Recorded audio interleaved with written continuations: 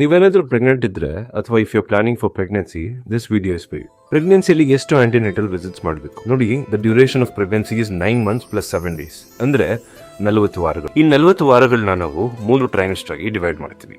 First trimester 12 ವಾರದ ತನಕ, second trimester 12 weeks ಇಂದ 28 weeks ತನಕ, and third trimester is from 28 to 40 weeks. ಓಕೆನಾ? ಇಷ್ಟು ಕ್ಲಿಯರ್ ಆಯ್ತು ಅಂತ ಅನ್ಕೊಂತೀವಿ. ಒಂದ್ ಕಡೆ ಬರ್ಕೊಳ್ಳಿ ಬೇಕಿದ್ರೆ.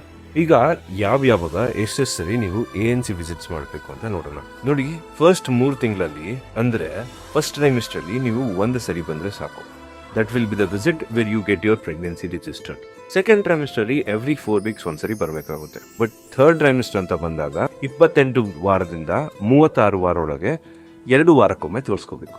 ಅದಾದ್ಮೇಲೆ after 36 weeks every week visit ಮಾಡಬೇಕು till the 40th week.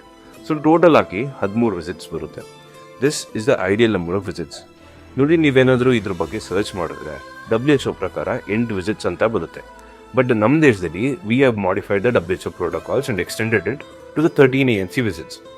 But ಏನಾಗುತ್ತೆ ಅಂದರೆ ನಮ್ಮ ದೇಶದಲ್ಲಿ it's very hard for us to make a patient comply for anything. So ಕಾರಣಾಂತರದಿಂದ ಮಿನಿಮಮ್ ವಿಸಿಟ್ಸ್ ಅಂತ ಬಂದರೆ ಇಟ್ಸ್ 4 ANC ವಿಸಿಟ್ಸ್.